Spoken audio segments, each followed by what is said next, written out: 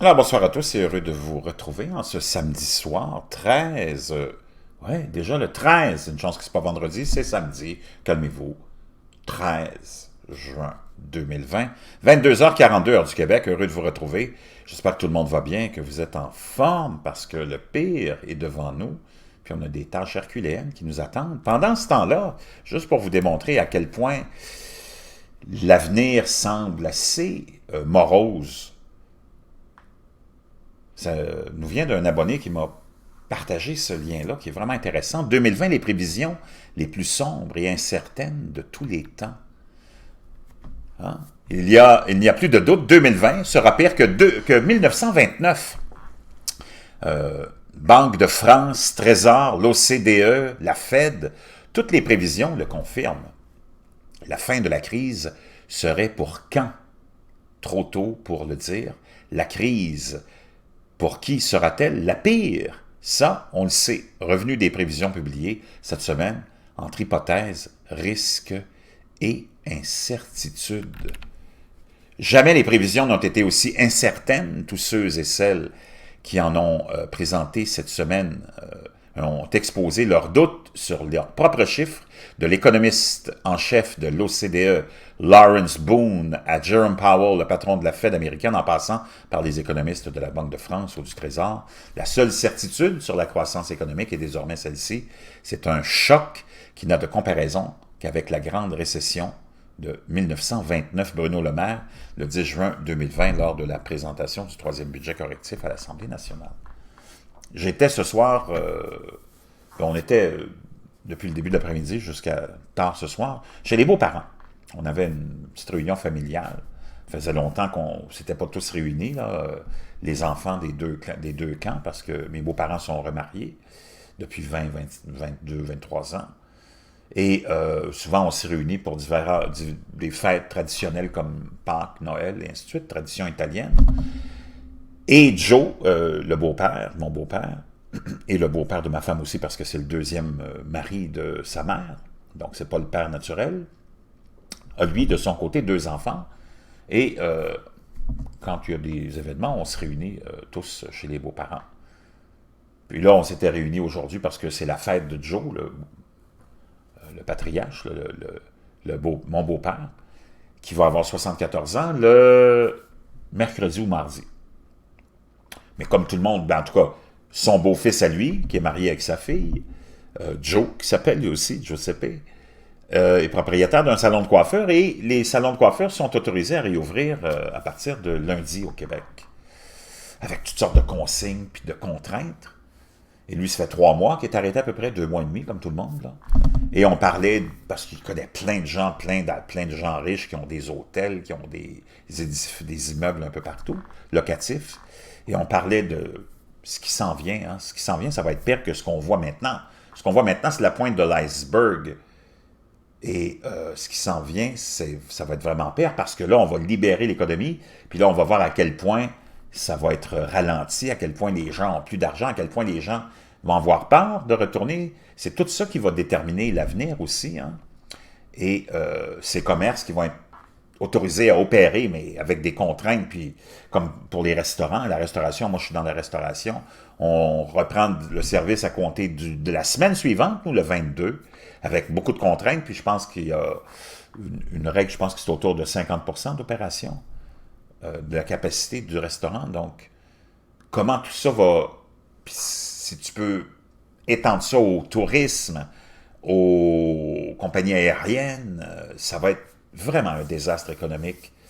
Parce que là, toutes les charges vont être là, toute la réalité va venir te rattraper. Et les prévisionnistes, les plus optimistes, nous parlent de pas avant 2022 pour une espèce de retour à une pseudo-normale.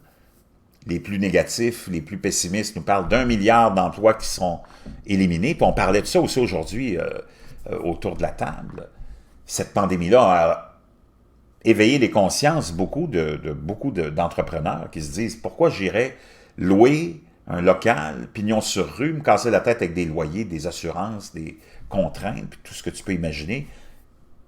Parce qu'on a vu que les gouvernements maintenant ont pris des décisions vraiment, vraiment draconiennes et presque totalitaires en fermant toute l'économie en obligeant les gens à rester chez eux, qui te dit qu'ils ne vont pas réagir encore une fois comme ça dans une autre crise sanitaire. Donc, avant de t'avancer dans la location dans un bail de 20-25 ans au niveau commercial, tu vas y penser 2 fois quand tu sais que tout peut se faire en ligne ou presque et qu'on s'en va vers ça. Donc, beaucoup de changements, de chambardements, de changements majeurs et il n'y a pas beaucoup de gens dans la population qui sont vraiment préparés à ça. Puis moi, j'en ai parlé sur mes autres plateformes. Depuis longtemps, j'en parle. Préparez-vous, les changements qui s'en viennent vont être vraiment, vraiment marquants. On vit la fin du monde qu'on connaissait. C'est exactement ça qu'on est en train de vivre. Puis moi, je disais ça depuis 2017, 2018, 2019. La crise de 1929 sera même dépassée, 2020 sera pire dans l'ampleur de la récession qui vient, mais aussi parce qu'aucun pays du monde n'est épargné. On peut voir ici, hein, la variation du PIB prévue pour 2020, c'est une contraction moyenne d'à peu près 7%. Wow! Absolument tous les pays vont connaître un ralentissement de leur économie en 2020, et ça, c'est du jamais vu. Le 1929 et même 2009 furent plus limités géographiquement, et là, c'est tout le monde qui est touché par ça. On peut voir ici en 2009, la chute du PIB mondial avait été de seulement 0,1%, alors que maintenant, c'est une contraction moyenne de moins 7%. Wow! Parce que les pays émergents et en développement n'avaient même pas connu de récession en 2009. Imaginez-vous, quelles que soient les sources et les méthodes, le monde ne va pas créer de richesse telle que mesurée par le produit intérieur brut cette année. 6% de récession prévoit l'OCDE, au mieux en 2020, 7,6% au pire. En 2009, le PIB mondial n'avait chuté que de 1/10, 0,1%. La France est avec l'Espagne, l'Italie, le Royaume-Uni et la République tchèque dans le peloton de tête et risque une perte d'activité à 2 chiffres, moins 11% dans le meilleur des cas, moins 14% dans le pire. On peut voir la variation du PIB en 2020 ici selon le nombre de vagues épidémiques en pourcentage. Wow! De moins 2,5 pour la Corée du Sud, moins 7,3 pour le Japon, l'Allemagne, moins 8,8. Ben, puis ça, c'est pour la deuxième vague. La première vague, moins 6, dont les chiffres sont là, c'est vraiment, vraiment catastrophique. 2009, on avait vu 1/10 de chute. Là, c'est 11, 14, 8. Wow! Or, ce pire, il dépend de ce que les prévisionnistes ne savent pas modéliser, ni anticiper le retour du coronavirus. Cette éruption d'une donnée sanitaire dans les équations des économistes est inédite. Certains parlent d'incertitude radicale, d'où les 2 chiffres donnés par l'OCDE pour ses prévisions. Scénario optimiste, l'épidémie reste sous contrôle. Scénario pessimiste, il y a une seconde vague. Dans le meilleur des cas, c'est fin 2020, voire 2022, que l'activité mondiale retrouverait le niveau qu'elle avait avant la pandémie. Le patron de la Banque centrale américaine est sur l'option de 2022, lui, et sa prudence a eu l'effet d'un électrochoc sur des marchés financiers galvanisés jusqu'alors par les milliards de dollars imprimés, justement, par la Fed depuis la mi-mars, entre autres, mais ça a commencé au mois d'octobre dernier, cette impression de milliards et de milliards de dollars. Le bilan de la Fed, maintenant, est pas loin du 9 ou 10 trilliards de dollars.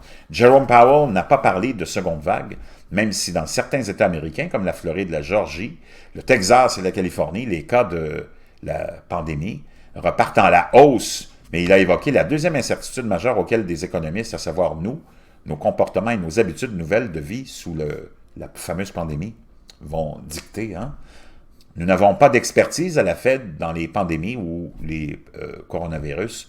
On parle à des experts, mais même s'il n'y a pas un retour de la pandémie au niveau national, juste quelques remontées locales peuvent avoir un effet sur la confiance des gens et la peur ou leur propension à voyager, aller au restaurant, tout ce qui implique de se retrouver à plusieurs. Donc, ce ne serait pas une évolution favorable. Je n'en dis pas plus. Jerome Powell, président de la Fed, lors de sa conférence de presse le 10 juin, il y a 3 jours, 2020. Le lendemain de ces déclarations, toutes les bourses ont chuté, les indices américains, jusqu'à là insensibles à l'augmentation exponentielle du nombre de chômeurs, 22 millions en 8 semaines, ont été stoppés dans leur élan. Les marchés européens ont aussi repris peur, et le président américain Donald Trump a cru bon de rassurer ses compatriotes en tweetant « La Réserve fédérale se trompe si souvent Nous aurons un très bon troisième trimestre, un excellent quatrième. 2021 sera l'une de nos meilleures années. Donc, un petit peu comme Saddam Hussein, hein, dans le déni. Et c'est ce qui avait mené le pauvre Saddam à sa perte, hein, quand il disait à sa population, et à la population qui aimait l'entendre, qu'il avait la plus grande armée et qu'il battrait l'armée de la coalition. C'est un petit peu le discours de Donald Trump. Hein? La Réserve fédérale se trompe si souvent, ouais. Zzz. Quand tout est aussi incertain, tout peut être prédit, mais rares sont les prévisionnistes qui anticipent une courbe en V. La courbe en V, c'est celle qui prévoit un retour de la croissance aussi fort que sa chute.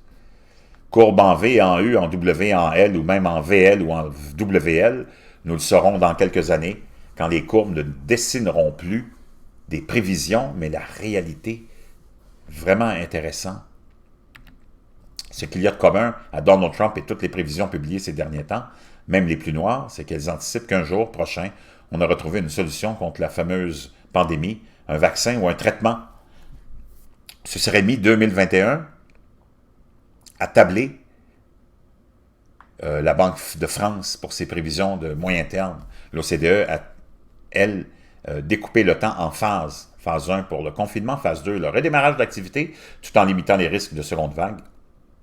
Et la phase 3, la vie comme avant, possible uniquement s'il y a un vaccin, un traitement, ou que le virus est éradiqué. Mais pour le moment, on n'en est pas là. Pour le moment, on est dans la phase 2, et si cette phase est incertaine, ce n'est pas seulement pour des raisons sanitaires, c'est aussi parce que jamais on a connu ce type de choc. En mai 68 aussi, l'économie s'était arrêtée brutalement, mais bien moins longtemps, et pas à l'échelle mondiale. 1929 n'est pas non plus le bon modèle, l'origine de la crise étant très différente, et 2009 peut éclairer sur les conséquences sociales du ralentissement économique planétaire, mais les frontières n'étaient pas alors fermées, les restrictions aux exportations légion et les tensions géopolitiques aussi fréquentes et imprévisibles. La page est presque blanche et les économistes doivent donc extrapoler leur raisonnement sans filet.